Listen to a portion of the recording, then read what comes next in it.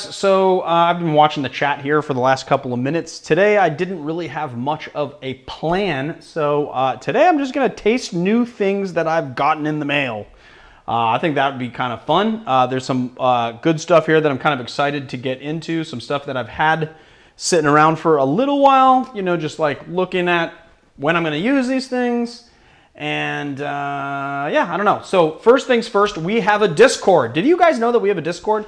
We have not linked the Discord in the description with the invite, but to answer Darren Orange's question. But Marius will do it. He's manning the computer, and he will do it. But we do have a Discord channel, so if you want to go over there, we'll make sure that you guys have a link, and you guys should go over there. It's been pretty fun. Everyone has been having kind of a lot of fun, kind of talking and chatting and stuff. I've been monitoring the conversation. It's pretty cool. I like it. A lot of pictures and stuff, and seems like a real community is being built there, which I'm really happy about. I do actually have a cocktail glass today because I am going to be making a cocktail that I'm working on. So I'll be doing that, but I want to taste some of these spirits first. So basically we should just title this Getting Drunk with Leandro, because that's basically what I'm going to be doing here. So I got some cool things like this house who reached out to me and asked if they could bring me give me their aperitifs. So they sent them. Having them sit around for a week or so. I'm really interested to taste them, but like I don't know very much about this company, you know, like they kind of reached out of the blue. I didn't realize that like a winemaker in Sonoma was making aperitif, which makes me very excited. But at the same time, like, I don't know, a lot of people have reached out and said, hey, do you like that? Is it just a fad? Is it just a thing? The screen died for some odd reason. Not sure why that happened. And it'll probably come, and it's back. I don't know why. All right, guys. I'm also gonna be looking at, you know, the chat. I got like a nice big screen to look at, so I can see all of your pretty names and stuff. What's that? Is it gone again? No, it's on. Okay. Bunny Fufu has not. I haven't created the Bunny Fufu yet. I'm kind of looking into certain ingredients. I have an idea of what I want to do, but I have not actually buckled down to start testing yet. But I will soon. Don't worry. Bunny Fufu is in the works. Who else we got? Is that real daylight in the window, or is there some sort of backlight? There is a backlight. There's actually two Kinos. And this is a thing of diffusion. The thing is that it would be dark out here, although it's still light out here in California. But when we're doing the stream, it's going to get dark, and it would be dark out here, and then you would just see a big bar of light, which you can probably still see in the window anyway. But we sort of try and diffuse all that out, so not real daylight. I'm just looking at some comments and stuff. Did you find Bunny Fufu? Yes. My son can't go to sleep unless we find Bunny Fufu every night. So we did find Bunny Fufu, and he did get to sleep that night. But it's sweet of you, Darren, to ask. You know. All right. Hey, I've been binging the classic cocktails playlist and loving it. Thanks for the work you do. Thank you, and thank you, Elizabeth George, for that $3 chat, super chat. What's the Discord group name? It's Educated Barfly or The Educated Barfly, right, Darren? Darren can answer that. Or Chris Twiggs. They're both on there. I'm pretty sure that green names and the members supporting the channel, though. YouTube. Yes, that's right. All green. Anyone who's got a green name, it's because they are a member of this channel and supporting us on YouTube, which is pretty cool. I love that. Do you get to celebrate on May 17th, Marius? What is that? What's May 17th? It's our... Independence Day? No, it's our National Day. Your National Day? I think it's when they signed the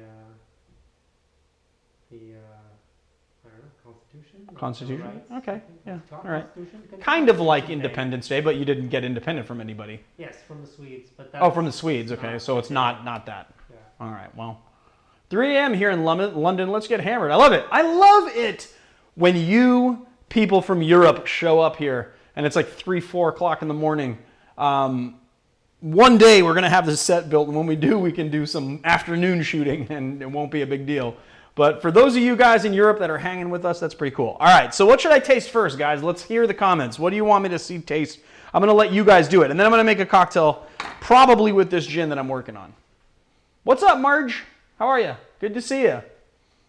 All right, what am I tasting first, guys? I've got spiked cold brew, and I got 4 different varieties here. I've got the house. I've got these amazing lo-fi sweet and dry vermouths. I got this Empress Gin that a subscriber sent to us, so thank you very much for the Empress Gin, and we'll be making a cocktail video with it. We've got this, as I'm really excited about, this 100 Mill Street Gin that was sent to me pretty recently. We've got that. We've got some Jaeger cold brew. That's what we got. What are we doing? And we're not doing Malort, Jeff Morris, not Malort, not today. Well, Empress, Jaeger cold brew, gin, blue gin. Okay, that's 2 blue gins. Somebody wants me to do these bottles. That's Daryl wants me to do these bottles. Empress because it's from Canada. All right. I actually didn't know that it was from Canada. Don't know too much about it. I've been pretty aware of this stuff, but I don't know too much about it. I just wonder how it tastes because obviously it is gin with butterfly pea in it. And butterfly pea, although it has a very subtle flavor, it does have somewhat of a flavor. So let's open up this, let's crack this open here. And ooh, the last word with Empress Gin, and it makes it look like an aviation, like grayish. So there we go. Obviously, the big thing to do with this would be color changing cocktails would be like, adding citrus to this. Or what I like that a lot of people do is try and layer it on top. So you have something that's thicker on the bottom, you layer it on top, and then it sort of slowly kind of sits there and like gives you a layer of different colors because it's changing color with the pH. Crafted in Victoria, distillers with mixologists from the iconic Empress Hotel.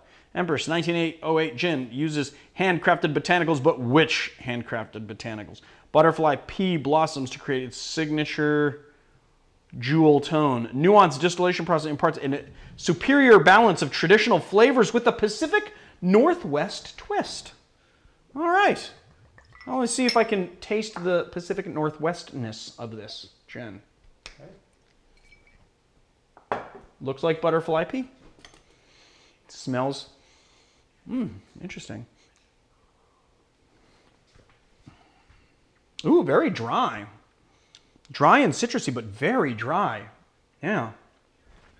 It's got kind of a pine needle thing. Is that the Pacific Northwest twist? It's like a kind of a pine needle vibe to it. But what I really like about it is that it goes in kind of sweet, and the sweetness stays on the front of your palate, and then it devolves to a very, very dry. Very, very dry. I really like this.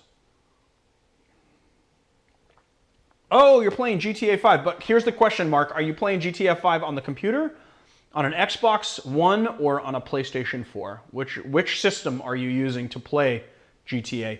I had this crazy idea that if I had GTA 5 for my PS4, that I could get together an online game with only like you guys, like everybody just like logs in at the same time. We'll kind of create a crew and then just like wreak havoc, and then Marius and I can film it. I thought that would be a fun thing to do. I don't know if you guys are into it, but I thought that would be fun. I just Googled butterfly pea because everybody keeps saying it sounds like you're saying pea, not pea. It's PEA, it's P. Well, you're going to break my balls in pronunciation? No, the Latin name for butterfly pea is even worse. What is it? What is the Latin name for butterfly pea? Clitoria ternatia. Clitoria ternatia? That's even worse. Clitoria ternatia is worse than butterfly pea, for sure. Ooh, got it on your Xbox. Hey, well, I will say this, though. I don't know how many of you guys are into Call of Duty, but Call of Duty Warfare is cross-platform. So people who are playing on the computer and people who are playing on Xbox and people who are playing on PC, not on PC, on PS4, are all playing together. And I have been kind of getting into that game a little bit, just FYI. I've been doing a little bit of late night streaming. The thing went off again. Oh, that's great. Yeah, do you know why that's happening? No, is it back now? Yes. What do you keep doing to make it go back, though? The Empress is Romulan Ale, GTA 5 Discord. Wait, does that mean, Darren Orange, that you want me to make a GTA 5 Discord? I'm beginning to think that Darren works for Discord. That's what I think. Because he's pushing it. There's a little peppercorn in this too. That's really nice. Nice. You know what I forgot to do is I forgot to have a little water to clean the palate. That's really good gin. I really, really enjoyed it. People keep on asking me where I got this. I got this from my mother-in-law, but it is made by Home Essentials, in case anyone's interested. I don't know if it's still available, but I'm going to get some water here. All right, guys, what's the next bottle? What are we tasting next?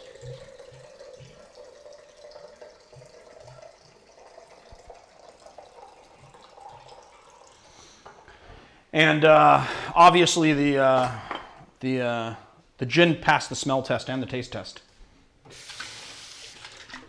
All right, I'm gonna drink a little water in between.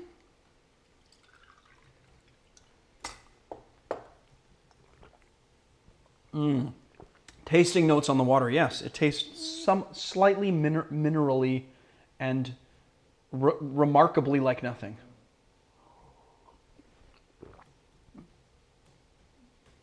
Ooh, a good Athol Bros. I love that. That's one of my favorite, all-time favorite drinks.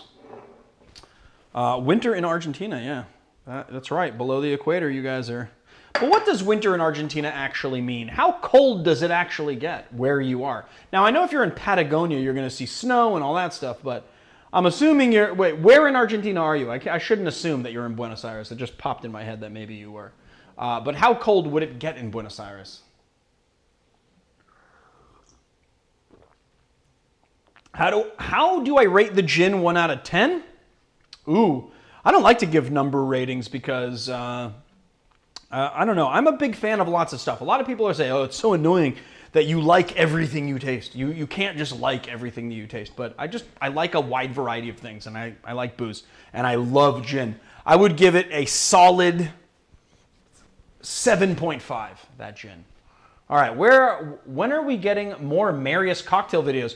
You will be getting more Marius cocktail videos when Marius gets off his ass and starts filming them, because I have tried twice to get him to make those videos, and he's like, oh yeah, maybe, yeah. The next one that I want to do is getting Marius to make a Ramos Gin Fizz and see if he can actually do it. He has all the stuff. Yeah. You have all the stuff, right? Yeah. I gave him all the stuff, guys, and he still hasn't done it. He's been very lazy. He's building a fence at his house right now, and that's taken up all his free time. That and editing. It rarely reaches freezing in the winter, and you're in Buenos Aires. So I was right. Hold on a second. Things are a little crazy right now. Things sound crazy?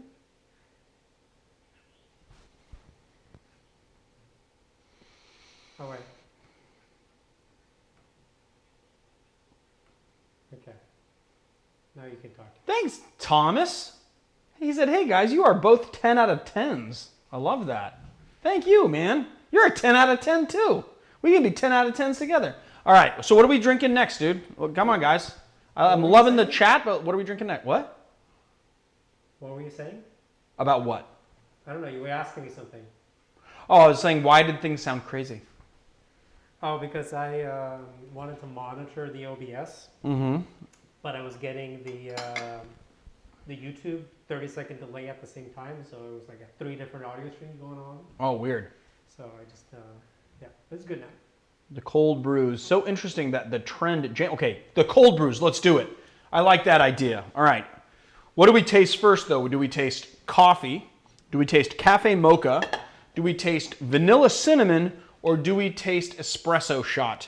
And maybe you guys can help me in the chat here a little bit, or maybe I can have a discussion with Marius about this, but I'm not really understanding who this is targeting. Because when you drink a espresso shot like this, it's because you're like just drinking, just drinking your coffee for the day. Or some people just drink this in place of coffee. But this has booze in it, so it's not like you're gonna be drinking this stuff in the morning, right? When I would normally drink my coffee would be in the morning. And yet at the same time, it's like you don't want to drink it at night because it's gonna keep you up. But it's 12.5% alcohol, right? So that's like wine. That's like wine. Yeah, it's either for like semi-incognito alcoholics or just very like Semi-incognito alcoholics. Right? Where they can kind of. But it says spiked on it, so that's not very incognito, I know. right? But it's I know. All right, vanilla cinnamon molasses is going to wreck your palate. Okay, Garrett agreed. So should we go with just... Maybe we should just go... And this is salted caramel, so we'll do that last. And then I guess we'll just go with coffee first, and then we'll go with espresso second. I mean, do you shake it? What do you do? No refrigeration necessary, although I did actually put it in the fridge a little bit. Yeah, why do you want to drink it like lukewarm? Well, I don't know. They just it says no necessary. I'm going to shake this up. I don't know. I don't even know if this is this carbonated? Grape wine with dairy. Contains sulfite, grape wine with dairy cream, natural.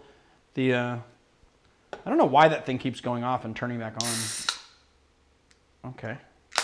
Here we go.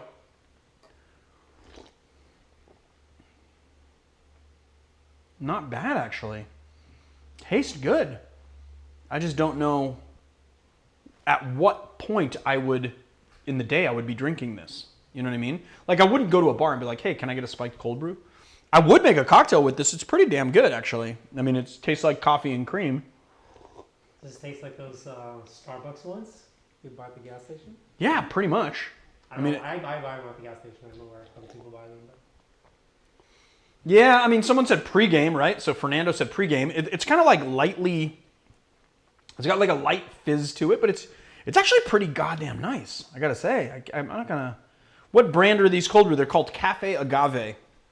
So I'm assuming they're made with an agave spirit. But I actually haven't looked into it very much. A company reached out. I know the brand ambassador. The brand ambassador that used to work for Mr. Black now works for these guys and reached out to me and gave me some samples. People are wondering what color it is. What does it look like? Coffee? Here, you want me to pour it out? Here, you can see what. Yeah, it looks like coffee. Like watered out coffee. Yeah. Interesting. It's got like a light fizz to it. I could see this being kind of dangerous because it's actually really good. It's a really, really good product. I'd love to make a breakfast drink with it or something. And it does have a light fizz to it. So I'm assuming all of these are going to be pretty good. King is the coffee spirit. Okay, here we go. Just like another. Yeah, it's like a slightly stronger sweetened espresso.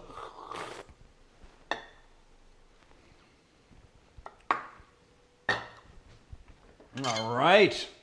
Let's taste the, I guess, the vanilla and the caramel. All right.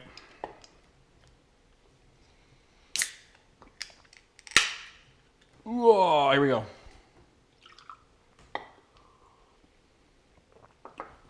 Ooh.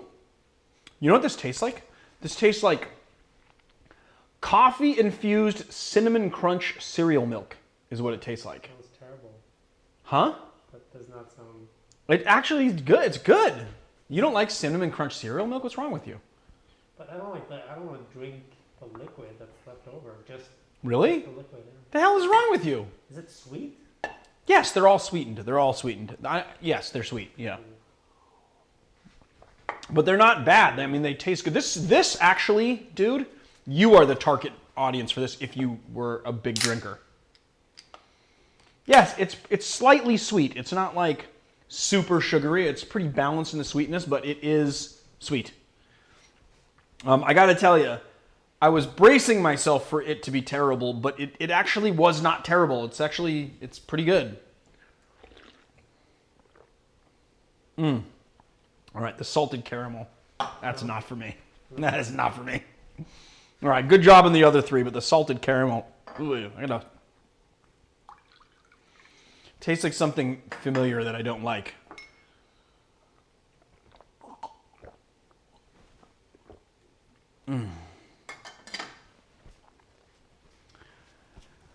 What's not the best descriptor? That it tastes like cinnamon crunch cereal milk with coffee in it? Well, I guess maybe that does sound kind of weird. But it does actually work. It actually does work. So, all right. What is the next thing, guys? Lay it on me. Salted caramel. Not my thing. I'll put this away. That is my favorite ice cream, by the way. Salted caramel? Well, maybe you would like the salted caramel. Like I do not like it. Kroger's It left a has weird this, taste in my mouth, too.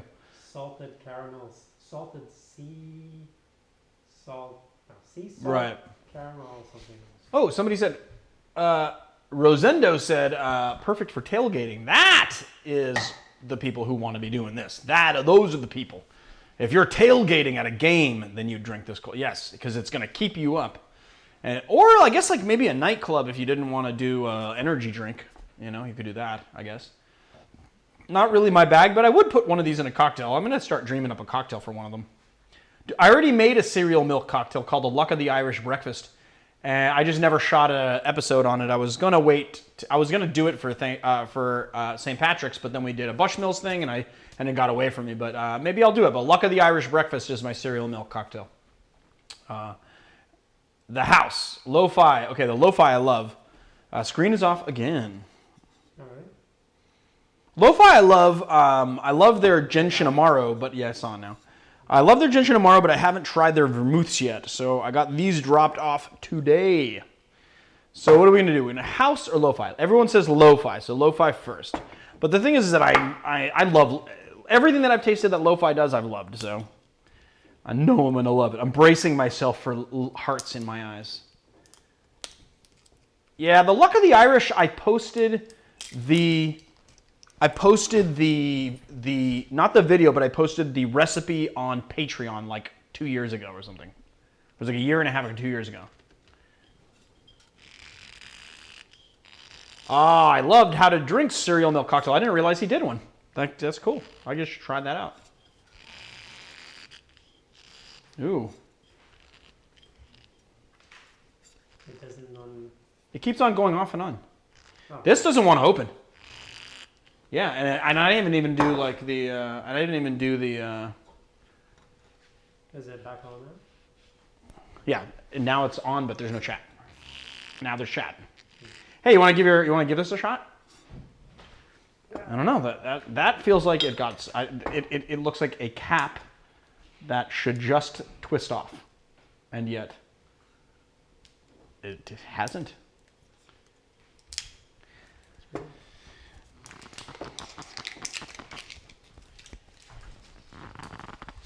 Oh, even your. Oh, see, this one just twisted off. Yeah, this one's broken. So I guess we're trying the vermouth first, and I actually didn't put these in the fridges yet. So, hey, Anika. Let's try it. Sweet vermouth first.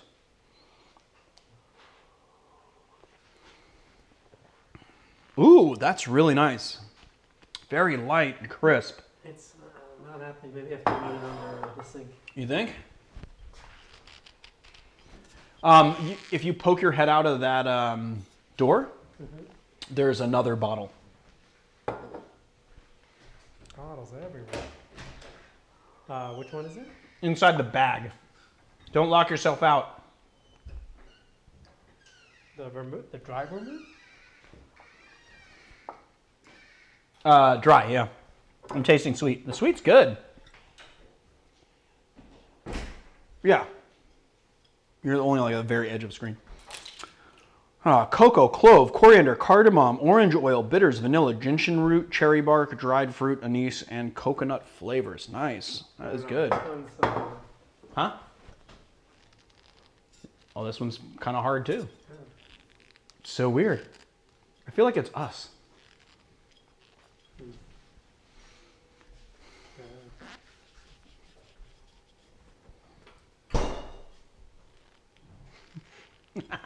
So weird. Well, we may not be trying the dry vermouth. Evidently, Amarius and I are weaklings. Gentian. Yeah. I don't know. Yeah. They're broken. What's that? They're broken. The bottles are broken. Well, Genepi I love. As far as I'm not sure if I've tasted the other Chartreuse products though. Well, I'm gonna have to. Or maybe we'll have to run to the house. But the sweet vermouth is incredible. I'm gonna have to make some drinks with these. I really want to try this dry vermouth, but for some odd reason, I cannot get the cap off. No. I mean, I'm like, look at it, I'm like hurting my hand. Yeah, no, it's Run the lid under hot water. Yes, I thought of that. All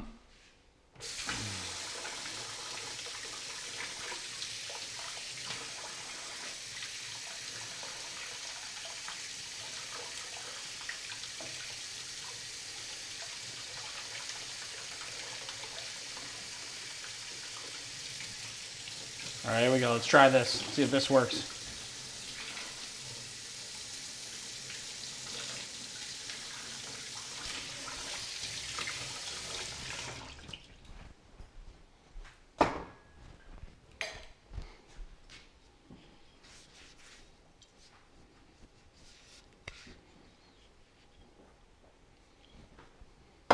No, still? Yeah. No, no. Well, now my hands are wet, so it's like, can't get like a... Tempus Fugit Creme de Violette's great, but it's weird because that Creme de Violette is like it's like a red color as opposed to a purple color. Wow, 2 of us. Oh. Usually you make fun of me for not being able to open stuff. I know. All right, well, It's not so tapping funny on the to do counter other does stuff. not work if it's a cork. It's not a cork. But I don't want to tap it on the counter and break the bottle either. I'll figure it out later.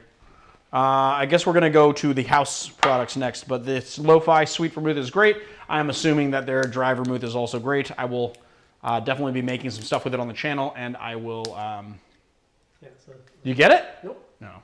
So if you're watching Lo-Fi people, Well, I kind of feel like it's a fluke, dude, because this one came off just perfectly fine. yeah. Thank you for the super chat, and you're welcome for the great videos. Thanks for thinking my videos are great. All right, this is called Bitter Clove. Let's see. Is this just a gimmick? Now, when I read up a little bit on this, I found out that it is a 3rd-generation winemaker and a Silicon Valley person that made these products. What's the other trick? There's like you put a rubber band on it or something? I don't know.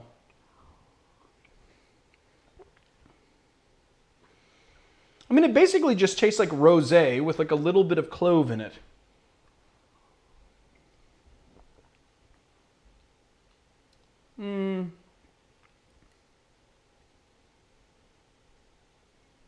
It's okay. They're a little, I don't know. I want it to be more, I want this to be a little bit more flavorful than it is. I love the packaging. I love the bottle. I love that it's made in California. But, you know, it's like, this is an aperitif. If I were going to kind of compare it to other aperitifs that I have had in the past, I just feel like those things really hit you on the head with flavor, and this is really, really very, very subtle in flavor. And for me, I'm a big flavor lover. I like big, big, huge flavors. So the clove is very subtle, and I don't like too much subtlety in my aperitivos. So I just wonder if we'd be having the same problem if we had the TV like we did last week, as opposed to a monitor. I don't know. This one's called Citrus Flower? Is it off again? It was off and now it's on again. Oh, another very satisfying pop for you guys. Citrus Flower. Okay, there it is.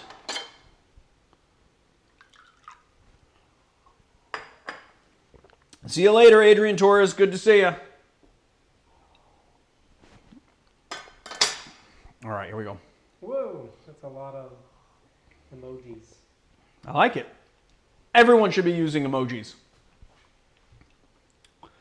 Again, it's just a very light, kind of citrusy sort of wine. Kind of like very light, you know, white wine. It's kind of very lightly citrusy. Oh yes. Do you want me to pop the cork again? I'm doing cork pop ASMR. Here we go. First, let's rub the bottle.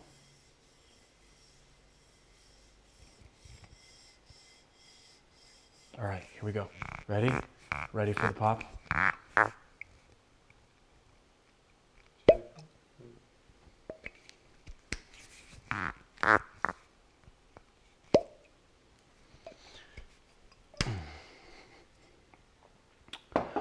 Yes. Oh, Craig Stansberry. Yeah, next week.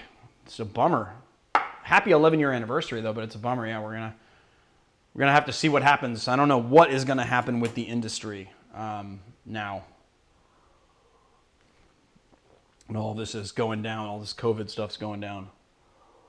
Yeah, Matt. I can't find a rubber band. I was looking for A rubber band? You put a rubber band over the thing and you twist it because you get the You put the rubber band friction like of the rubber down in here? No, you just like Oh. twist it with the rubber band. Oh, gotcha. Like you put a rubber band over it? I might have a rubber band in here. My junk drawer. I could look for one.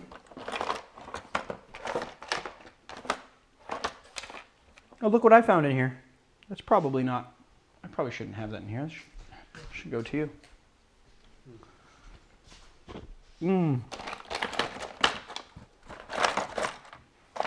No, no such luck. Oh, actually.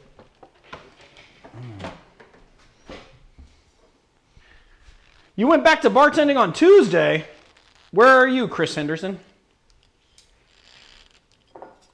Currently in Florida, and I can tell you that it should recover, and I can tell you it should recover quickly. Oh, Marius is at it again. Did you get it off? No. No. All right, we're moving on to the next thing while Marius fiddles. What are we doing next, guys? I think we should save this Mill Street for last, so I think we're going to do the cold brew. All right, here we go. Cold brew.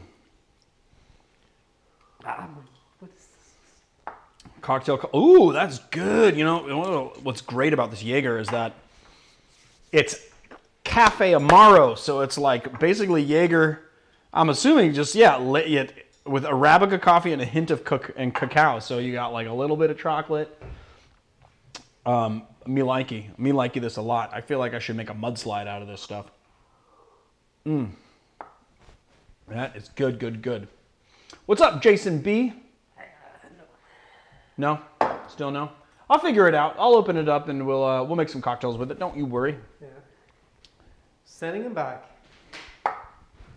That is good. Cafe Amaro. Me like it. I like that. That's good stuff. Big thumbs up on the Jaeger. I love that. Love that. We're going to be making some cocktails with those Jaegers. Although, this is very nice to have. I think I'm going to stick those in my freezer and just have them be ice cold and slam them back. What's behind? Oh, it's simple syrup because I'm going to make a cocktail after I'm done tasting because the tastings I've like only taken us through half the stream. So, you know, I'm going to taste this Mill Street. I'm going to strike all these other things. I'm going to make a cocktail that I'm working on called a Life in Flight. It's like the next cocktail that I'm sort of, kind of thinking my way through.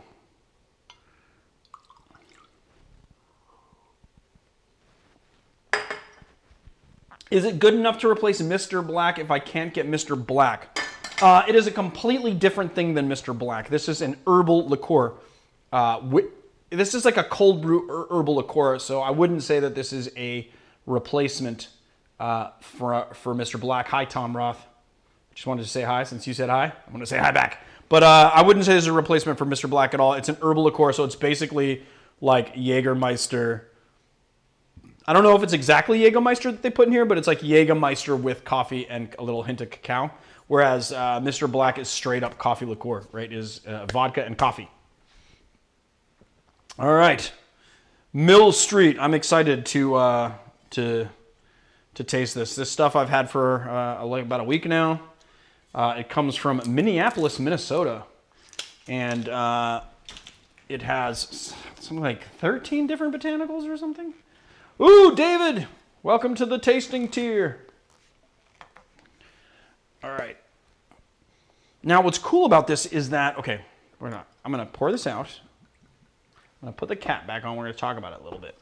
So what's cool about this is it's actually distilled from sap that is taken out during the spring thaw, I believe. That is the basis of the alcohol, and it is done only in a 3,000 bottle run. So I was lucky enough to get one of these bottles from the company, and I'm super excited about it. Apparently, this has a kind of umami kind of style flavor to it. So this is what I would call like a new American style gin, right? Or like a new world style gin. Whoa, hey, that's interesting. That absolutely has a very difficult to pinpoint savory flavor to it. What are you drinking? The 100 Mill Street gin. It is it's funny because it's not at all gonna work in the cocktail that I wanted to make, I don't think. But it is really damn good, and I'm like already dreaming up a martini for this thing. And what's the ABV? It's like so this is batch number 4, bottle number 92. I love that. It is 84 proof. It is made with maple sap, which is crazy. It is a very interesting flavor. I've never tasted a gin that tastes like this. It has a very interesting, hard to pinpoint flavor. Robin wants some tasting notes, some flavors. Okay. I'll tell you that there's cardamom in here. There's peppercorn for sure. Rose water. There's like a very rose kind of flavor to it. The umami flavor, I just can't really pinpoint. It almost tastes like miso. It's so good, but it has this very, very distinct kind of quality to it. If you want, Marius, I'll pour you a little tiny your own glass. Tastes like miso? Dude, taste this. You tell me. Hold on, here. I got a clean glass for you.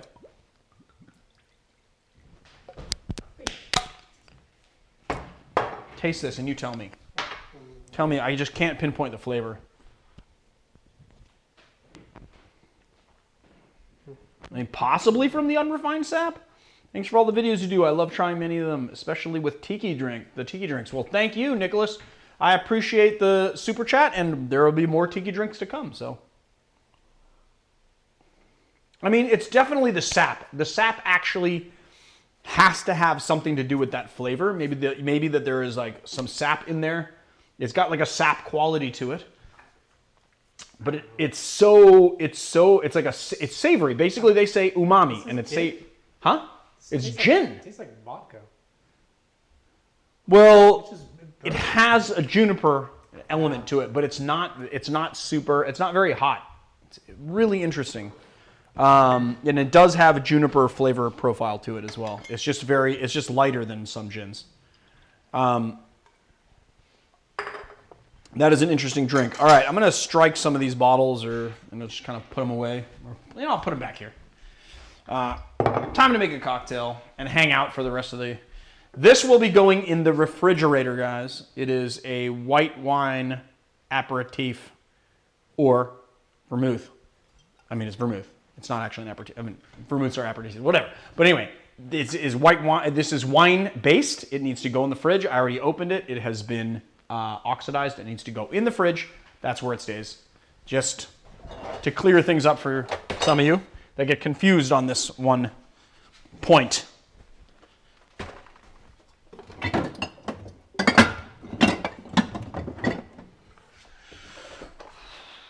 Yep. Close that. Close that. There we go. All right. Let's make a cocktail, you guys. Put this back there. Put this back there. Spiked cold brews can stay. They're not in the way. You can stay too. All right, this is what we're doing, guys. We're going to do 1 teaspoon simple syrup. And then we're going to do 3/8 maraschino. 3/8 yellow Chartreuse. Welcome to the Professionals Club, Birdhouse BMX. I tried to say it in an epic voice. 3/4 ounce yellow Chartreuse.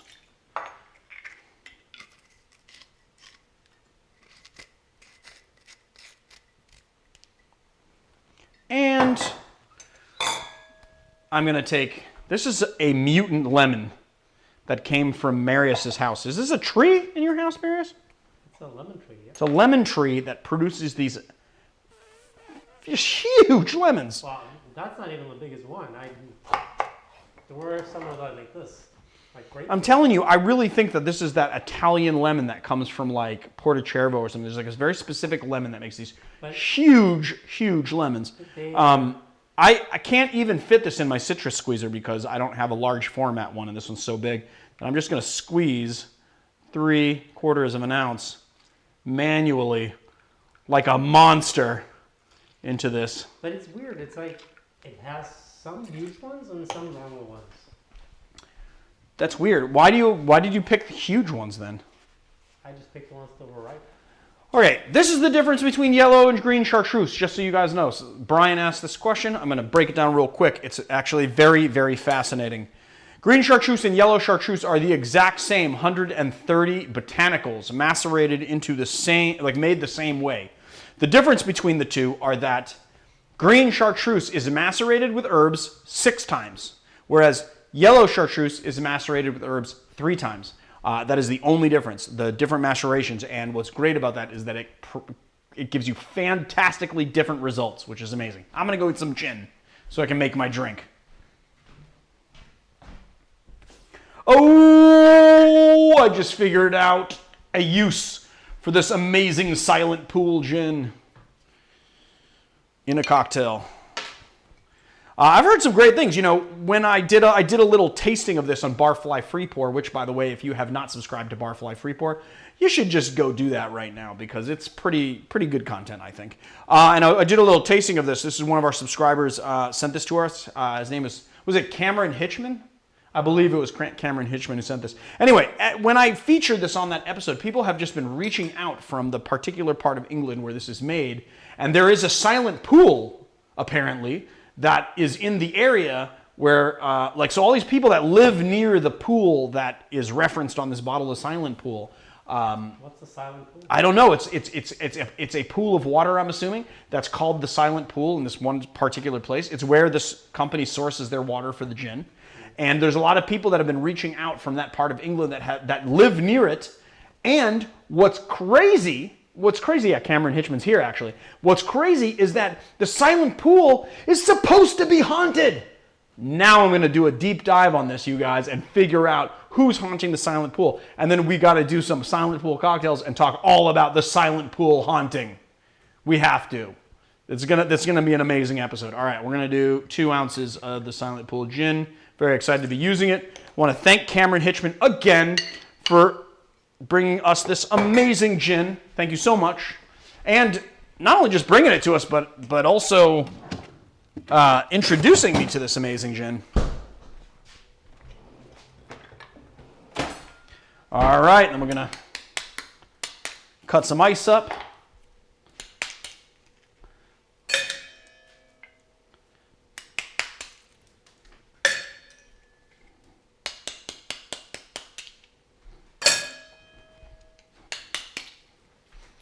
Is that enough ice? Maybe one more little. It's called a Life in Flight. It is an original cocktail that I am working on. Honestly, hasn't quite pleased me the way this has been popping off. I like the idea behind it. I'm trying, for the first time, a teaspoon of simple syrup in here.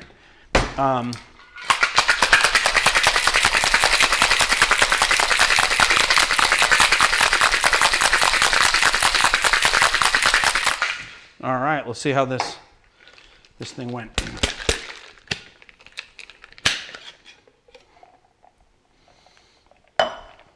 Got some nice aeration going. Don't want that to drop on the ground.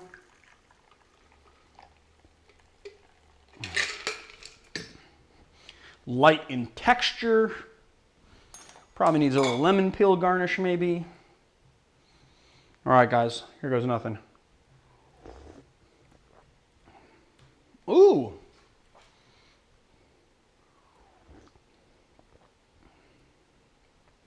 What's really nice about this drink is that it's very light. You know, so basically this is what we did. 1 teaspoon simple syrup, 3/4 ounce of lemon juice, 3/8 of an ounce of maraschino, and 3/8 of an ounce of chartreuse. So what it is it's very light, it's very dry. You get the chartreuse and you get that little bit of simple syrup balancing out the lemon.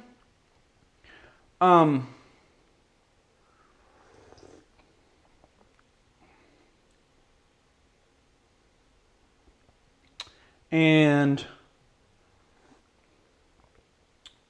it really makes very good use of the gin. The gin comes through really nicely, and you get most of the more robust characters of the gin kind of come through. You get that nice juniper note.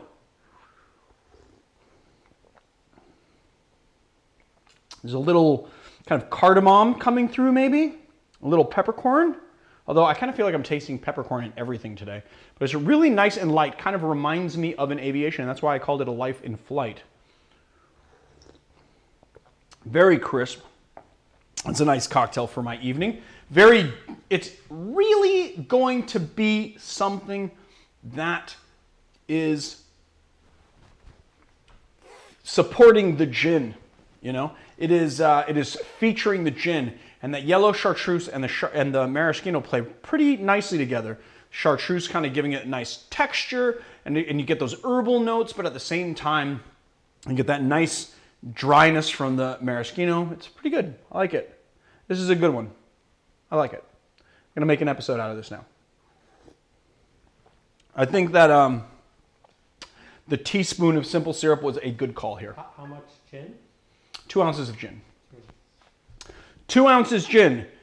3/8 of an ounce of yellow chartreuse. 3/8 of an ounce. So if you guys don't know, 3/8 of an ounce is half of 3/4. And the bottom of one of these kind of measuring cup style jiggers, this bottom right here, this base plate, is actually exactly 3/8 of an ounce. It's called, not a last flight, it's called a life in flight. It is said that King John made no attempt to save her. What are we talking about? The left a feather from him, became stuck in a tree, incriminating him in the maiden's death. Interesting. What else, guys? Yeah, I don't know. Home bars? Home bar. What about home bars? Oh, let's do some home bars. Marius wants to do some home bars. But you're going to have to make them visible to me, Marius. Yes. Yes. Let's see. How do we do that? I guess you'll be... Just let me see the whole... Just minimize the chat and then let me see the whole thing, I would think. Yeah. It is very tasty. Very light. I mean, it's just very nice and light. Is it full screen now? It's very balanced. Although I got to say, the maraschino, I might want to play down the maraschino a little bit. I see everything now, yeah. But the chat is tiny. Right, but we're not doing the chat. We're not doing the chat. We're doing home bars. Home bars. All right, we got a few new home bars from people, guys. All right. So we're going to take a look. How many people? 10, I think. 10 new ones? 1, 2. You're kidding. 10 more new ones? Wow. Pete, you guys really like this home bar stuff. And then there's more people that sent. They'll be featured on the next one. Wait, what? There's more people that sent them for the next time? Already? That didn't make it into this one. I thought 12 was enough for this. Yeah, I mean 12 is enough. That's a lot of home You're bars. seeing it now, Brandon? Am I seeing what? No, I'm not seeing any. I'm just seeing YouTube right now. Okay.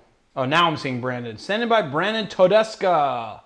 Fruit Lab. Jasmine, that's cool, man. Knob Creek, what do you got there? A little Bruto Americano. I'm going to get myself another bottle of Bruto. And Evan Williams Bonded I see there. That's nice. That's nice. A little Maletti in the background.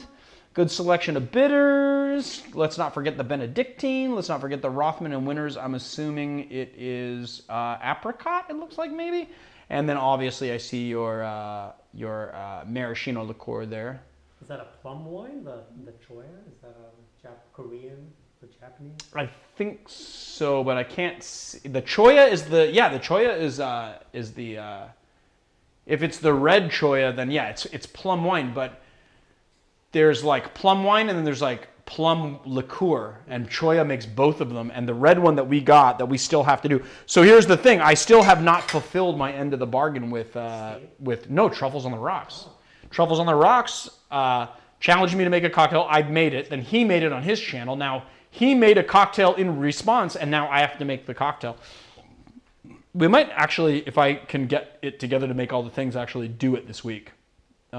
Because then COVID hit and we just totally kind of just went into damage control mode. But we're now that we're kind of back-ish, we should really definitely do that.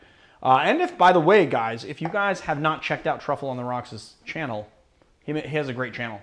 Canadian bartender, solid cocktails, really solid visual stuff. I really like him a lot. Oh, Chris Pinner's up. No, it's not. Brandon Todeska is still up. Now Chris Pinner's up. Remember, there's a 30-second delay. I know, but I got it. All right. Hey, nice little cabinet. I love that. What we got there? Some Maker's Mark, Grandad Bonded, and Rittenhouse. Yes.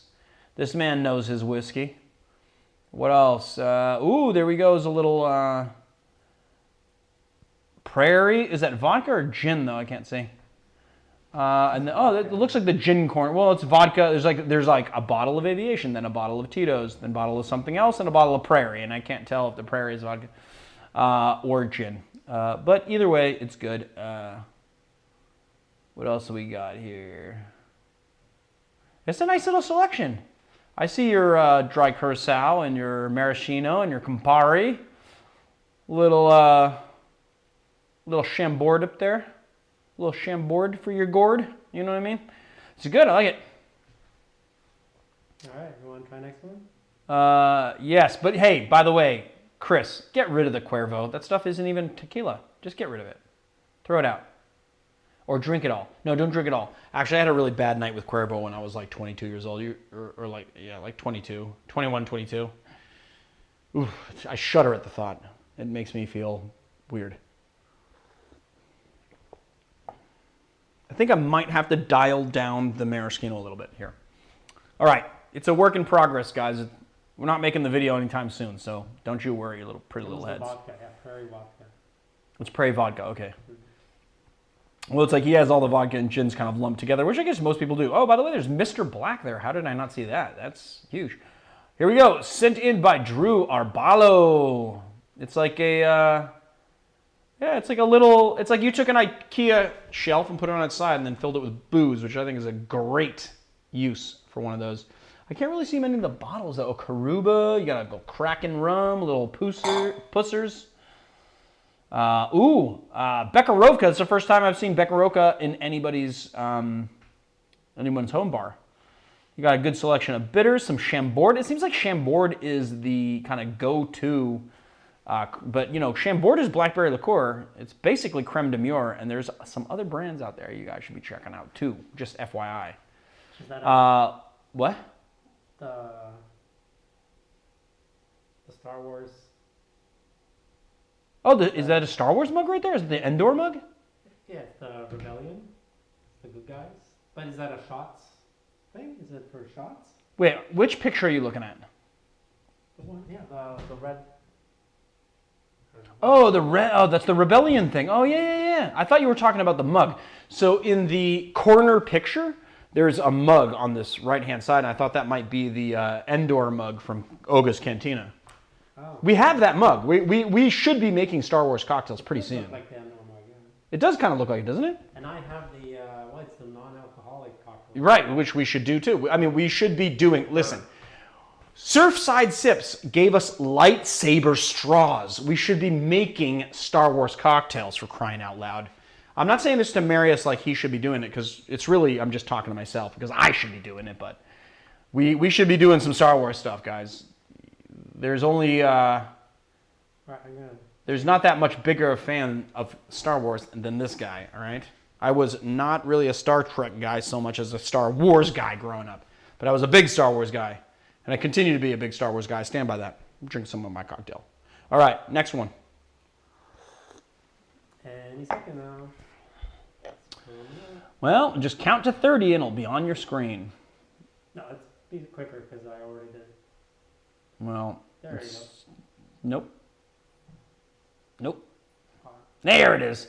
All right, sent in by James Ediger. Oh, it's just a nice little. It's a cabinet. It looks like a writing cabinet that he just kind of redid into a bar, or like an old timey bar. Yeah, they just put that little mini fridge in there. Yeah, I put a mini fridge in there. I love that. It's like an old timey bar cabinet. It seems like everyone has Domaine de Canton ginger liqueur for some reason. I don't even have a bottle of that. I love it that I'm seeing the Ancho Reyes and the Powers.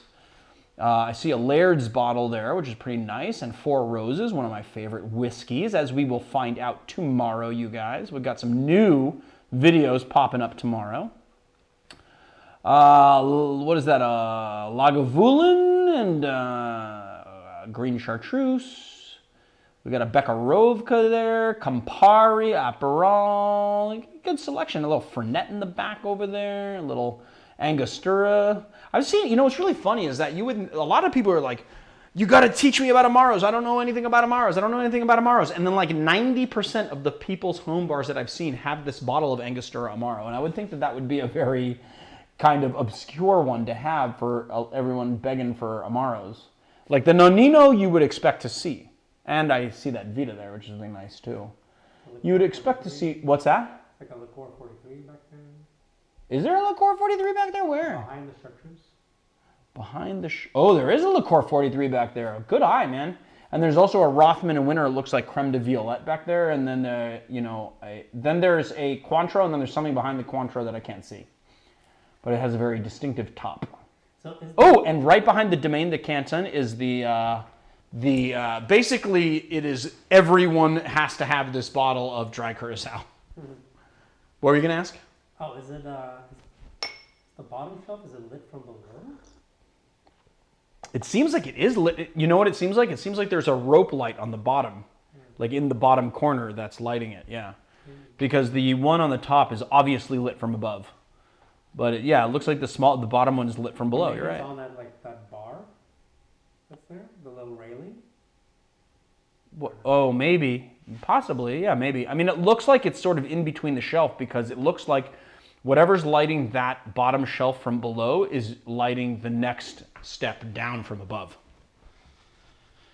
All right, next one. Yeah. Home bars. Let's take a look. I'm loving these home bars, man. Keep on sending me home bars to look at. I love it. I don't know if that makes me kind of an alcoholic or what, but I got to tell you, I'm loving it. I got to get more water.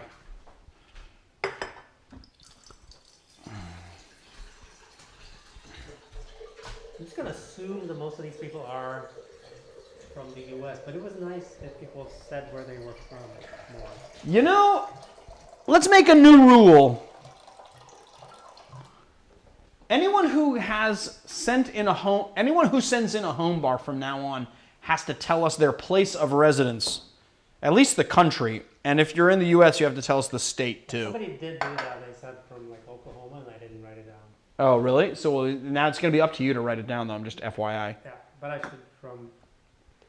Now this right here is a very rum-forward collection. We've got Babin Court, looks like the 8-year. We've got Plantation, 3-star. We've got Dr. Bird, my new favorite. We've got Smith & Cross. My Smith & Cross is so important for your collection that I feel like I should go to sleep with it at night. All right? Like I want to basically when I go to sleep, I take my bottle of Smith & Cross. I go to my bed. I undo the covers. I put my bottle of Smith & Cross there. I tuck my Smith & Cross in, and then I sleep next to it all night. Because that's how important it is for everybody's collection. That is my favorite. One of my favorites. We got some good... Oh, dude. You know what's crazy? Marius, I'm not going to say what this is, but I will say that if you look at the top shelf, look at the whiskey selection. Buffalo Trace, Elijah Craig, right? And then there's a Johnny Drum there or whatever, and Old Grandad. Yeah, that's 3 of 5, dude. He does not need to watch our video that's coming up. No, he definitely needs to watch our video to just feel like completely like I have done the right thing in life.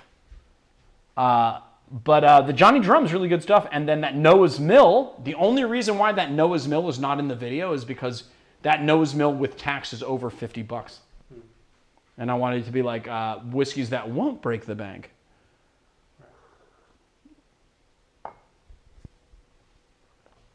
And then some stolen. It looks like the stolen rum there. Smoked rum? Is it like stolen smoked rum? And then a little Patron. I forgive you. This is John Kellen's. All right, next up. And I love that it's right next to his TV, and it's just like a little corner of the room, and it's just like the most... The TV. What's that? We are on the TV. Oh, is that us? Oh, yeah, that's our live streams on the TV when he took the picture. Good job, Kellen. John Kelland. Here we go. Sent in by Kellyanne Goldie. Here we go. We got a nice glass collection. Lots of coupes. Couple of, it looks like a snifter, some old-fashioned glasses, a weird glass on the right that looks like, I don't even know what that kind of glass is, and then a cocktail glass. And then what do we have? We have some Falernum. We have some, Plymouth Sloe Gin, and then a full bottle of Laird's. We have something called High Spirits Whiskey, which I've never had before. And then bottles all turned a whole bunch of different ways that I don't know what they are, but they... looks like a pretty good collection, so I'm assuming that all of those bottles are amazing. Labels out, people. Yeah, labels out, people, so I can see them. Because I'm the most important thing. When you're taking pictures for my channel, labels out so I can see them. So I can call out the genius of your home bars, people. If you are displaying them anywhere, they should be labeled. Labels out, that's true.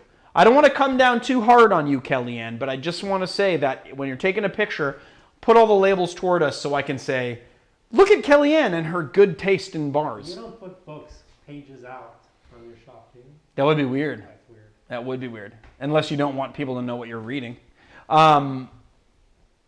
But there's a little wine section on the side, which I like as well. It's nice. It's a nice little bar setup. I love all these little bar setups. They make me happy. Some fancy glasses. And some very fancy glasses. All right. You know what's funny is that the Discord is like, they're still going on Discord this whole time. Like if you look. Who's on Discord? Look at this. Here? Dude, everyone that is here is on Discord as well. They're all on Discord. So you guys should all, guys, become part of the conversation. Get on Discord. Darren Orange obviously is onto something because everyone's just going crazy on Discord right now. All right, next bar up. What do we go through, like 4 or 5? Ooh, Kieran McElroy. 7. What we got? A little Absolute. Oh, a little Four Pillars. I'm liking that. A little Plymouth, of course. What else we got here? Oh, it looks like he has that bottle of the Americanized Zubrovka on the bottom shelf on the left. You see that? He's got that. It's called Zoo. The American Zubrovka is called Zoo. And he's got a bottle of 7-Year Havana Club, which is real nice. Screen turned off. Oh. Do you know why that happens now? No. Is it back? Nope. There it is, back now. It says something. It has like some message that pops up every single time it comes back. Maybe there's a timer on it or something? It seems like there's a timer on it. Like there isn't enough like activity or something. We'll look into it. We're going to have to look into it. You know, Marius always says that like every time he comes over here, all of the electronics get screwy. Oh, the camera's messed up. Oh, the sound is messed up. Like last week, the sound threw everything off and it was like a whole crazy thing last week. And then it was like, oh, this is off, this is off. And then I try all these things on my own and they're completely fine. And then the only common denominator is Marius. Marius is the common denominator. No, you and this house is the common denominator. I don't think so. I don't think so. Everything works. Yeah, but here's the thing. Then you leave and I try it myself and everything works. So I kind of feel like you're the common denominator, just FYI. Or maybe you have like some kind of weird, blockage, like brain blockage about this house for some reason. Yeah, it was working fine for like 2.5 years. Wait, is this a double? You know what's really crazy is that the shelf. Yeah. Oh, this is 2 pictures of the same shelf. I was like, wait a minute, this is weird. Yeah. Because I'm seeing like one shelf on the left-hand side on the 3rd down is exact same on the one on the right-hand side on the 3rd up. That like tripped me out because he wanted to show the top and he wanted to show the bottom. And he showed, and it was a long picture. You split it in half, didn't you? Is that what you did? Yeah, just so we could see more. What's I was like, that is so weird. Even the bottles are situated the same. That's how you know I've been drinking, people. All right. Nice collection. Great bar. Love it. Love this. It's kind of this nice sort of modern look, and then a bunch of wine. Let's move on to the next one. Good job, Kieran McElroy. And now Marge. I think she resent. Marge Foyle sent. Did she send a picture of her whole collection this Yeah, time? it looks like that. Like And everything? Yeah, and she even got the open. Because she was like, my collection is so large, a regular camera can't take a picture of it or something. Isn't that what she said last week? Maybe. Something like that. Yeah, it was like, my collection's so big. And you know how it got big? It got big by watching The Educated Barfly, people. That was what will happen. You will watch the videos that we do, and your collection will grow. Whoa, that is a fucking impressive collection, dude. Oh, my god. But I gotta say, though, that I hope you used the affiliate link for the Opal machine. She did? I don't know. She just bought it. Oh, I hope she did. That would be awesome for us. But I gotta say that, like, I'm impressed. And not only am I impressed, but also, like, everything's situated together. And there's some really good stuff there. I mean, just look at the Amaros. She's got Chinar. She's got Moletti. She's got Averna. She's got Aperol, Campari, Montenegro. Is she not here? Did she leave? I don't know. She might have left. Marge Foyle, did you leave? I don't know. I'm typing in her name and it's not coming up. So. Oh, she must have left. Bummer. Well, she's going to see it after the fact. Maybe she had to go to work, you know. She's got Cochi Americano, which I'm assuming doesn't need to be in the fridge because it is not unopened. This is for the picture. I don't think she displays it like this. Yeah, she probably just made it for the picture. You're right, but it doesn't matter. It looks like it's unopened anyway. And I've got to say that before you open your white wine aperitif liqueurs, you can actually have them outside the fridge. It's when you open them and you oxidize them that you need to put them in the fridge. There's a Dolan there too that needs to go. There's like dude, she did a good job, man. Wow. She's got Mulholland. She's got Mulholland whiskey there. She's got Punta Mess. Lillet, she even has the Lillet Red, which is really impressive. I mean, she's got some good stuff. Everywhere I look, it's just like amazing alcohol everywhere I look. You either Tullamore do or you Tullamore don't. I agree with you. That's no truer statement has ever been said. All right, let's move on to the next one. That's amazing. She even has the Hein, the fine champagne cognac. Oh my God, man. What a collection. Good job. This is almost as good as our collection. Like, seriously. It's impressive. Marge Foyle has done better than all of you. She's commenting right now. All of the vermouths are open in the back on the fridge. Cool. Well, we just figured, Marius and I figured you're just doing this for the picture anyway. But, dude, I cannot tell you how impressed with that selection I am. So impressed. Marge Foyle, you did it. Amazing. Amazing. All right, here we go. Sent in by Nate Green. All right. What do we got here? A little slow gin. That's the second Plymouth slow gin I have seen in these home bars, which is impressive. Montenegro is a staple. What's that? I mean, you have been pushing it quite a bit. The slow gin? Yeah. I only made 2 cocktails with the slow gin. How have I been pushing? I push Plymouth regular gin because Plymouth is my workhorse. It's one of my workhorse gins. It's like high quality gin. It's its own style and it's cost effective. It's awesome. But what is that Russian bottle, the little one? I don't know. I want to know. All right, Nate Green, your job is to email us what that Russian bottle is. And if you don't know what it is and it's unopened, you should send it to us so we can taste it because that seems like something I've never had and I need to taste. Good selection, though. This is a very good selection. You got your Espolón Blanco. You got some JMO. You've got Luxardo, Maraschino liqueur. You got a little Sipsmith gin, which I do not have in my collection, but I should have. I'm going to go get it. I'm going to get it tomorrow. Aperol, Leblon Cachaças, the second bottle of Leblon I've seen. Knob Creek. B&B. B&B is the liqueur that is made by Benedictine. It looks like a Benedictine bottle. It is exactly that, but it's B&B. It's a little bit different. And you don't see it in cocktails very much. But it is good. I like it. Knob Creek. This looks like a booze corner, basically. Like a little... I love that you see like the little cobbler shaker there, and you've got your little selection of bitters on the side, jiggers and everything, fine strainer. It's like, hey, I'm just going to go over my little booze corner and make a drink, which I like. Is that a Puerto Rican flag, or is it what is that? It's, oh, it looks like a, kind of looks like a Puerto Rican flag, yeah. I'm not sure. Maybe a Puerto Rican flag? Or is it Captain America? Could be Captain America, too. All right. All right, next up.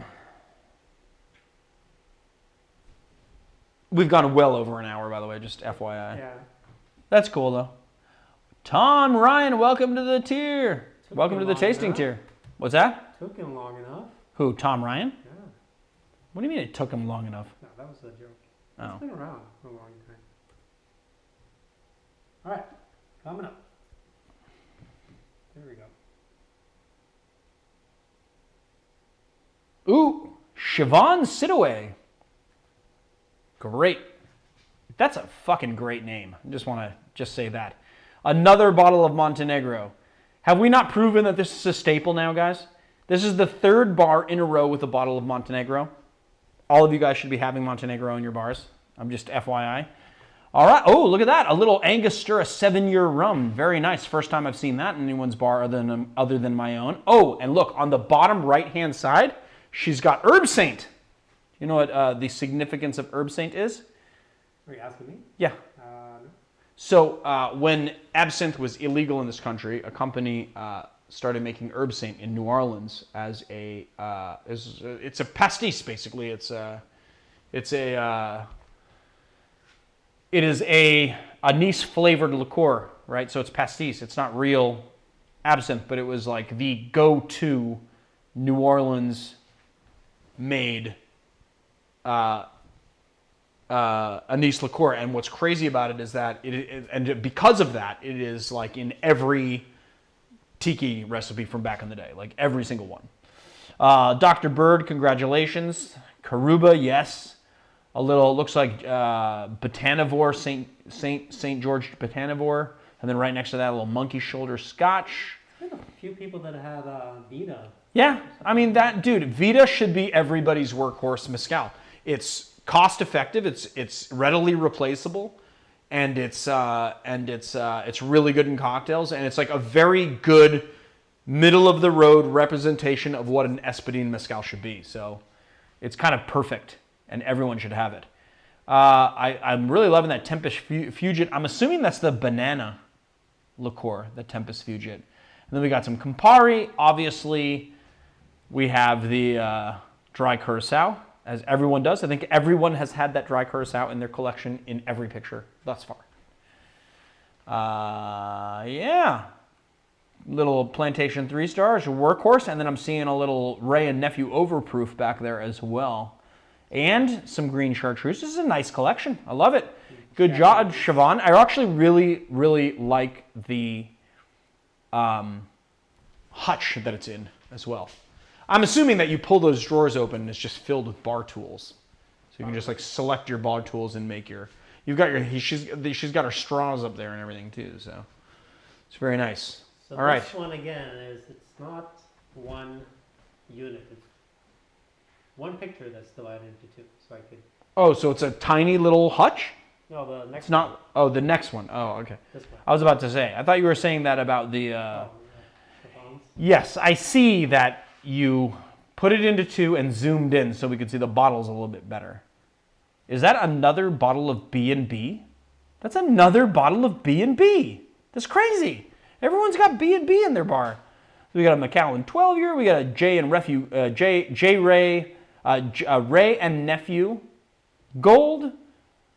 We've got a Grand Marnier, which I actually just ordered a bottle of Grand Marnier this morning because I need it. Buffalo Trace, the Botanist Gin, which is really good, solid Scottish gin. It looks like we have, I'm trying to see, look at those, that bitter selection is incredibly good. That bitter selection is Magnifiques. I want to know what this Barcello is, though. What is that? It says Gran Añejo? Añejo. Oh, that's it's gotta be tequila. Gran Añejo. The little Goslings in the background. McKellen. I see a Tito's back there. It's like the typical Tito's that we see in everyone's bar. Just everyone's got a bottle of Tito's. Even I have a bottle of Tito's that's just been hanging around. It's been hanging around my bar. He's been hanging around my bar like a deadbeat. That Tito's. But that looks like it's like a bandana or like. Well, you know what Tito's did is that during last winter, Tito's ran a thing where they sold a bottle of Tito's with an ugly Christmas sweater on it. Oh, that's what it is. That's what that is. It's the ugly. He didn't get rid of the ugly Christmas sweater that it came with. Oh, what is that? Or this is Arnoldo Forte. When is what? And it's that rum that we use.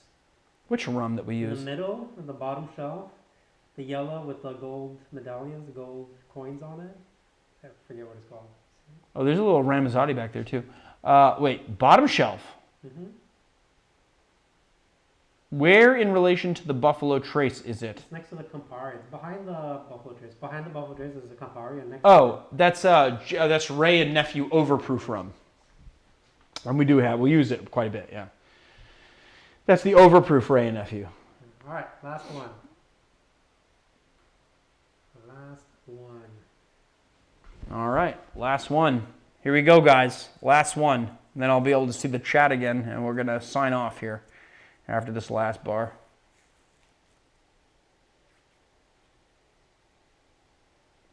Just waiting on it. Just waiting on Marius. Yeah, well, I already did it. Any goddamn time now, Marius.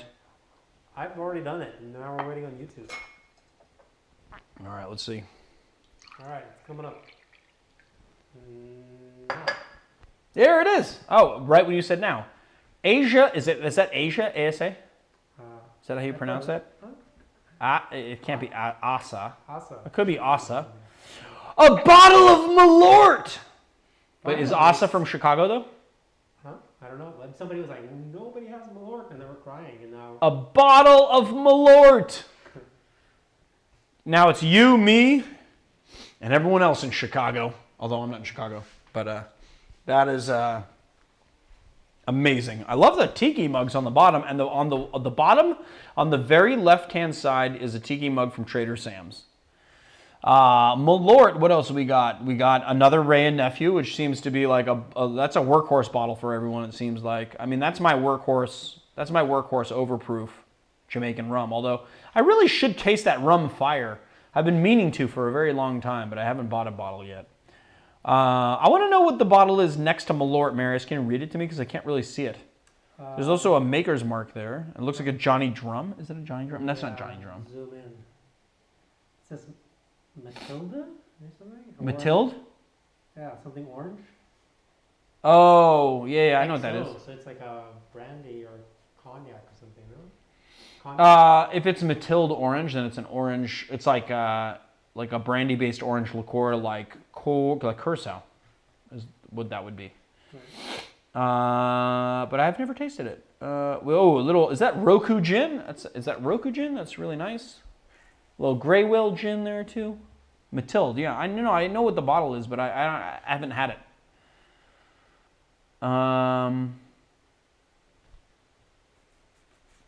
Very good selection, and I love it. I love all these old-timey hutches that people find to put their home bars on. It's really nice. There's a Giffard's. It's like a peach. Peach. Yeah, but it's the peach one. Peach. Yeah, it's the peach one. And then there's a bowl. That looks like G.E. Masson's, though. Is that? That doesn't look like Giffard. It looks like... Oh, maybe it is Giffard. I don't know. It looks like G.E. Masson's. Oh, maybe. It starts with an E, so it was Lunar and it says it's a Giffard. Yeah, I mean, maybe it's the Giffard. Haku vodka. Is that like a Japanese vodka? Yeah, Japanese vodka. Yeah. I mistook it for the Roku gin, but I guess the Roku gin is actually like a little bit squatter of a bottle with a little less long, like the neck would be like a third of that. All right, there it is, guys, home bars. Let me see the comments up close so I can say goodbye to everybody. you seeing the comments now? Yes, I do. It's Giffard something. Wild elderflower. Oh, there you go. So it's an elderflower liqueur. All right, guys. Well, that's it for the stream for this evening. You know, I don't know. Is that banana liqueur? I don't know. Godard banana liqueur? He didn't just make movies. He made banana liqueur as well. Keep showing home bars. I will. If you guys keep sending home bars, I'll keep showing home bars. I hope you guys had fun on the live stream tonight. We will probably see you next Monday. We got some good videos coming out tomorrow, so definitely check them out. And I don't know. I might actually be playing a little Call of Duty World War II later on PS4 if anyone's interested. But yeah, I think we're done. I think we're done for the evening. On Tuesday. Oh, Freeport. So tomorrow we have a brand new video that I'm hoping is going to do well. I'm really hoping that it's going to do well. So everybody here on the stream has to go watch it at least. And then you also have to go share it with people you know so that it does well. But we're starting to get into what everybody has been talking to me about and everyone has been asking me for are these videos on single spirits. And we're going to start doing that. And we are starting tomorrow. So definitely go to Freeport and watch the video, and then we have a companion video coming out on Wednesday on Barfly. So, where did you get that water dispenser? Well, I got the bottom part at a place called Air One, and then I got the top part. I just got glass bottles and I fill them up every week. So I kind of pieced it together myself. Have a good night, Birdhouse BMX. See you on another time, Marge Foil. Loving all the emojis, Daryl. Yeah, everyone have a great night. And I tagged you guys earlier in an Instagram post because you and I ended up ordering Staggerly Goods apron. Ah, interesting. I don't think that was meant for me, though. All right, guys. I love that you guys are hanging out.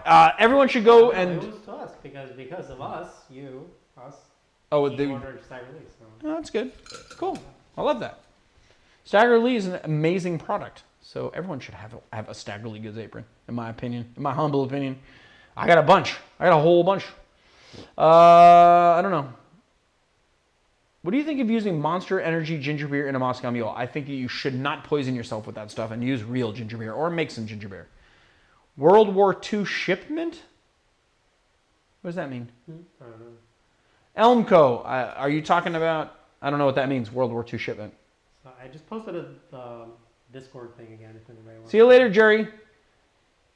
Come join everyone on Discord. I will be also monitoring the chat, but I also have to clean up our live stream mess.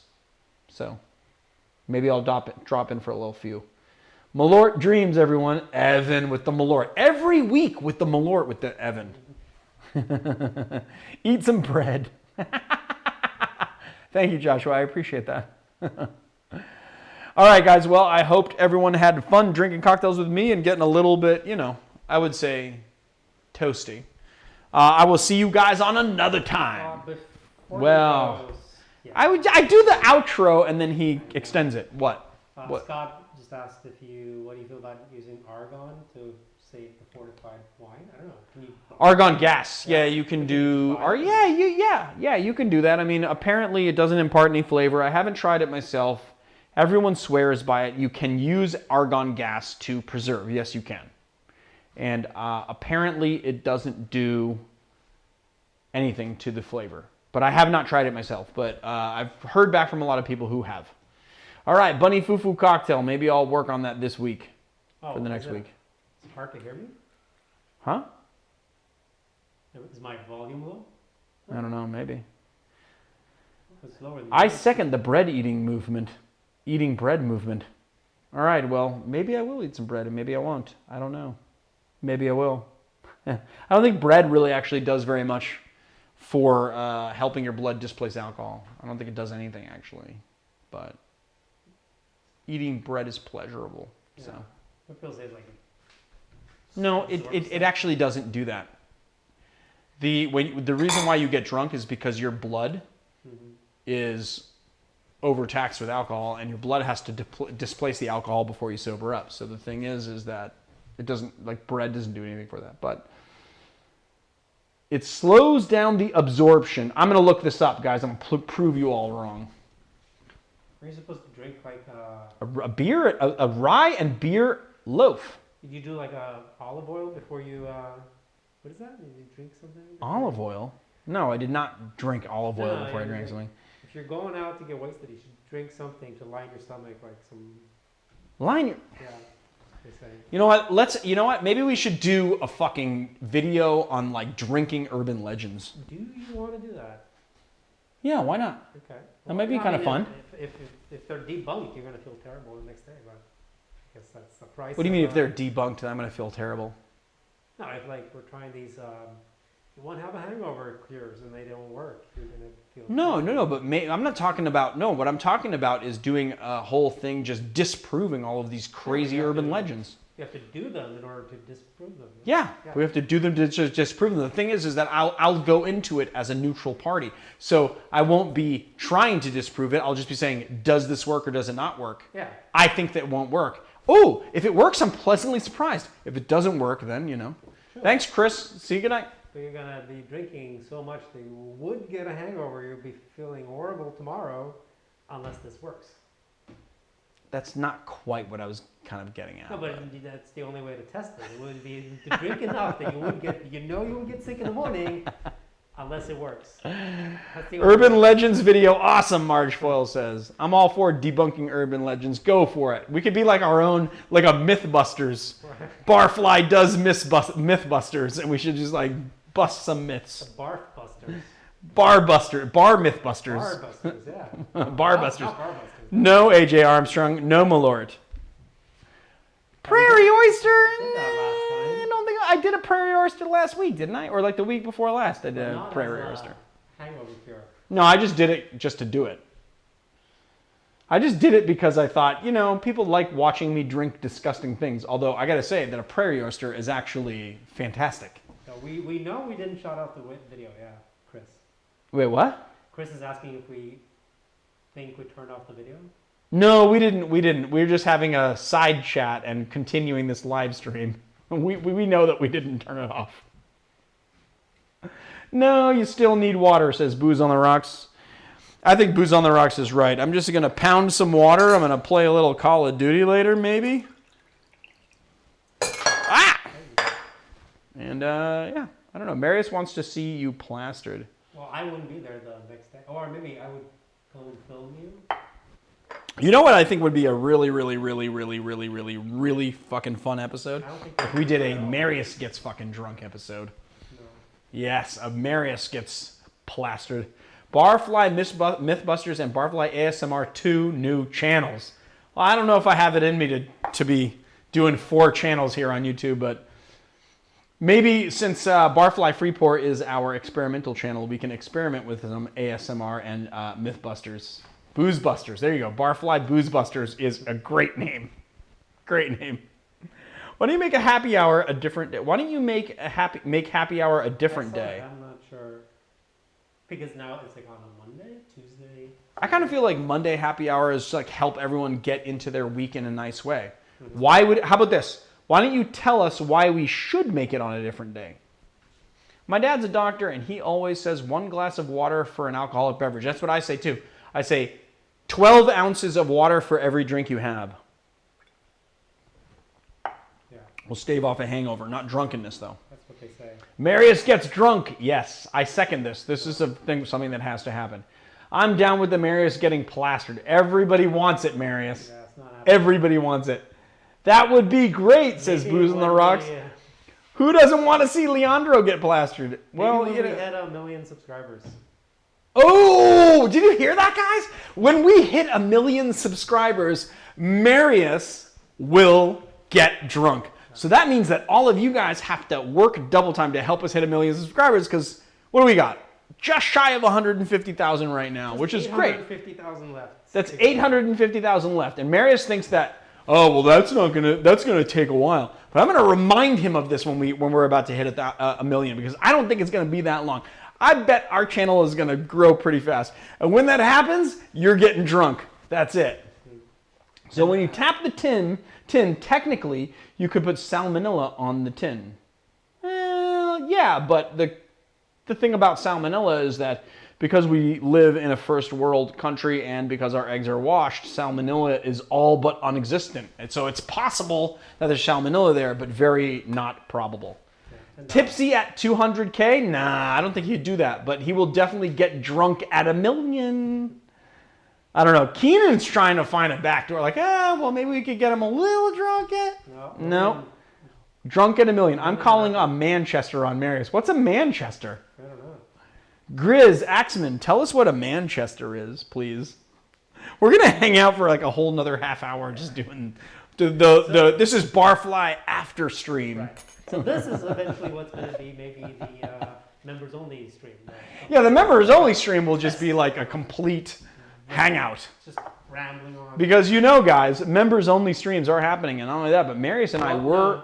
They're not happening, but they will be happening. No, they will be happening. So I said they will be happening soon. And we're going to have a members only stream. And Marius and I, check this out. Tipsy at 500,000. No. Tipsy at, no, let's just say drunk at $1 million. One shot of Malort at 200K. For Marius or for me? Because I'll take a shot of Malort anytime. Yeah, Robin, I saw that, But Adam, I mean, we can reach out to Adam on Tested, see. He's up in San Francisco. But Wait, who? Adam Savage. Oh, wait. Someone said, you should contact Adam Savage. He was the original Mythbusters and has a YouTube channel. Yeah, we know, actually. We watched his videos a little bit. We sub-tested, I think. What? Yeah, we subbed it. Yeah, no, he does a good job. I subbed it, at least. But the thing is that would he collab with us? I don't know. I always feel like we get ignored by big channels for some reason. Yeah. We'll see. Big channels ignore us. We'll see if we know somebody that knows Adam. But, I mean, even Greg, we had to force him. Right. We had to basically force him into the first collaboration. Now he'll collaborate with us, but how much is the membership fee? There's a bunch of different membership tiers, but I think the live streams will be like $5.99 and up. That's $5.99 a month, so that's less than you would spend on your daily coffee. But it starts at $1.99. But live streams would be like $5.99 and up, I think.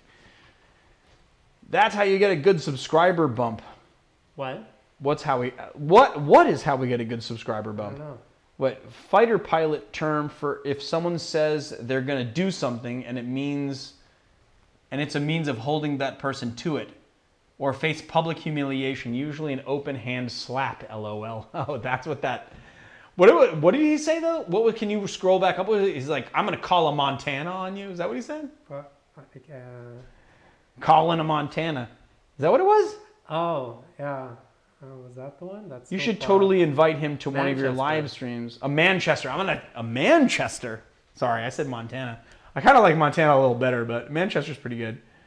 So that's what it is. I'm calling a Manchester. So you've had a Manchester called on you.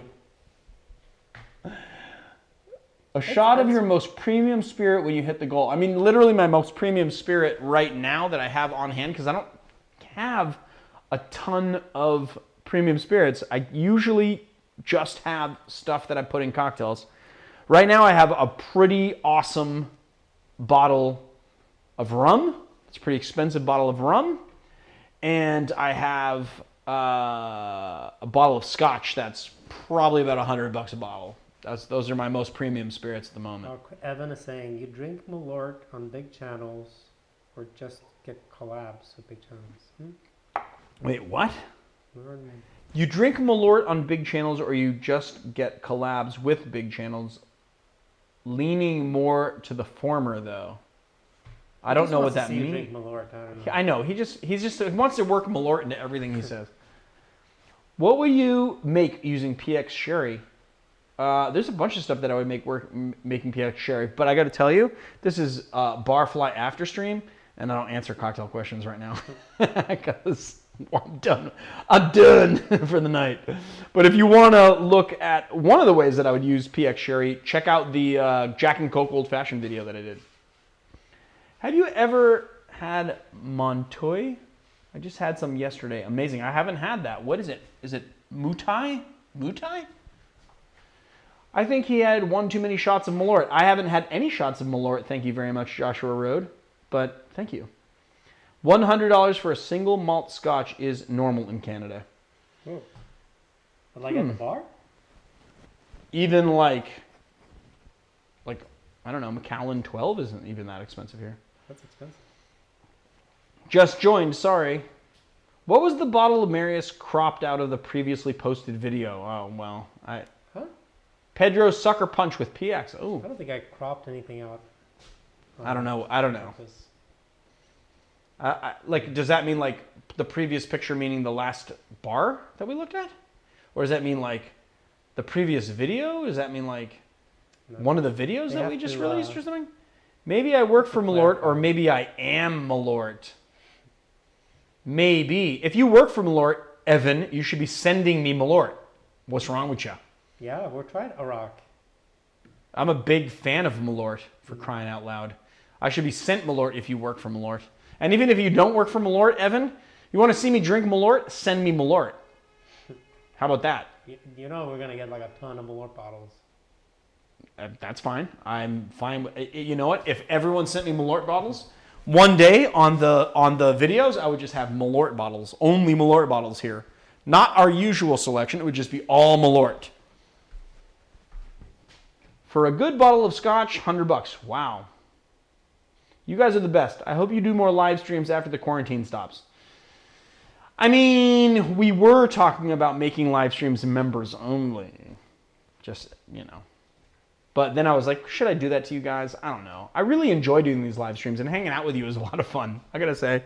I mean, we've gone, 40 minutes over already. And I could be doing other stuff right now, like cleaning up. And then Marius could be slapping my wrist for something I did or something. If we made a Magnum of Malort, I'd send you one. Well, if you made... Dude, I think Evan actually works for Malort. I think he actually works for Malort and then heard I was drinking Malort and then started going on these live streams saying Malort, Malort, Malort. And then they probably has a company credit card where he's doing the super chats on the company credit card to get me to drink Malort in front of everybody. Well, if that's true, that's brilliant. That's brilliant. Booze on the Rock says he'd love to get some Malort, so... Booze on the Rocks would love to get some Malort? Well, send some Malort to Booze on the Rocks. I don't know where he's at, but send him some. Well, he's in Canada. Why are you being so stingy, Evan? Send him some Malort, for crying out loud. He's got a YouTube channel. He makes good videos. You're not that popular, so please don't try to force us to pay to hang out with you. Taste it. Did you see that comment, man? You're not that popular yet, so please don't try to force us to pay to hang out with you. That fucking made my night. That is a great comment.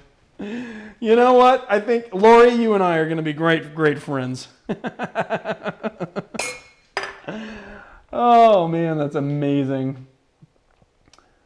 So, how do we get Malort in California? I don't think you can get it in California. The bottle of the Malort that I have is because a friend of mine that I used to work with, who now lives in Chicago, was visiting LA. She said she'd bring me a bottle, and she brought me a bottle.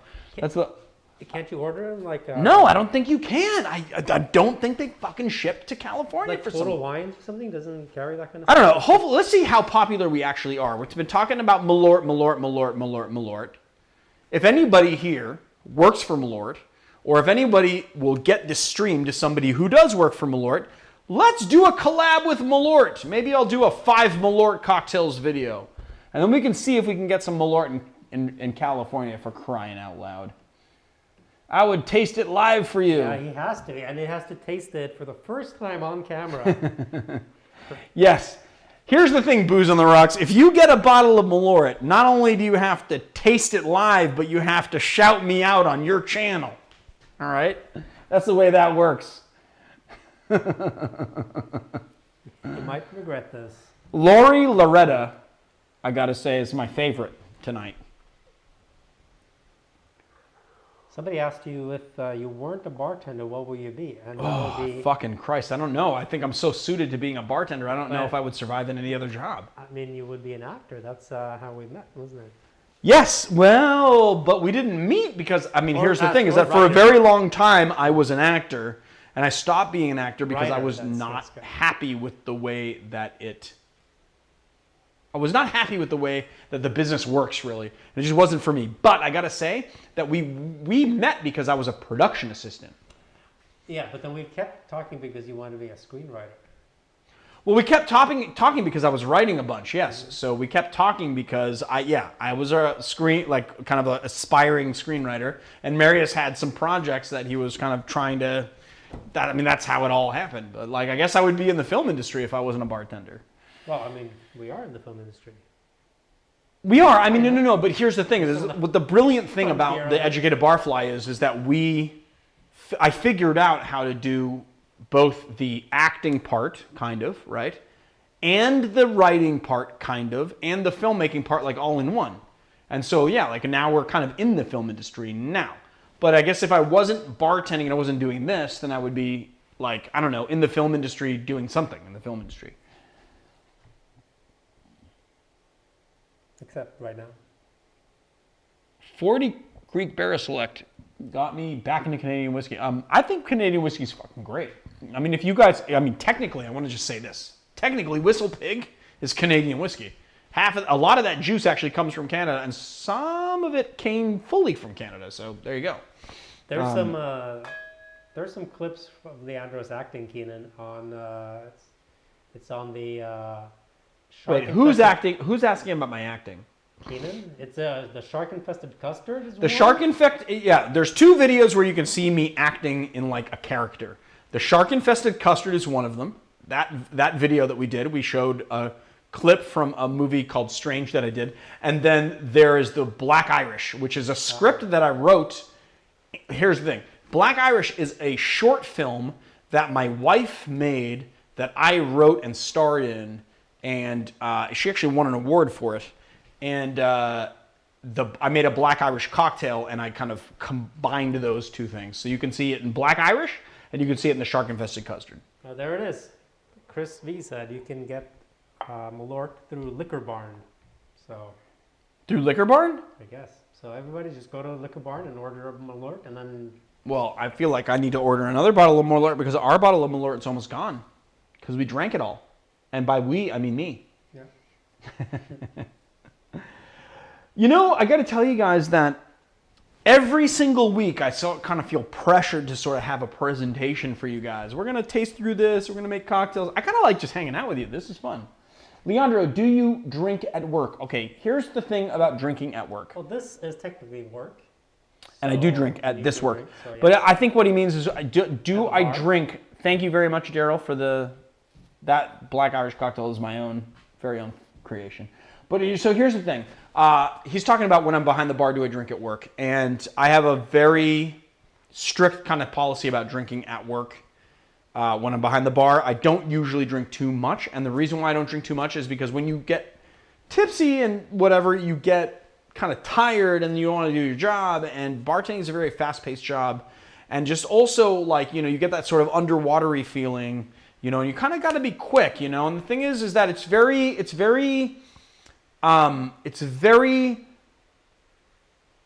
very kind of difficult balancing act to drink in a bar because when you're working, especially like on a weekend night, you're having to assess your customers and make sure that you're not over-serving people, that someone's not too drunk, that someone needs to be cut off. And the drunker you are, the harder it is to make those calls. So honestly, usually I don't drink anything at work.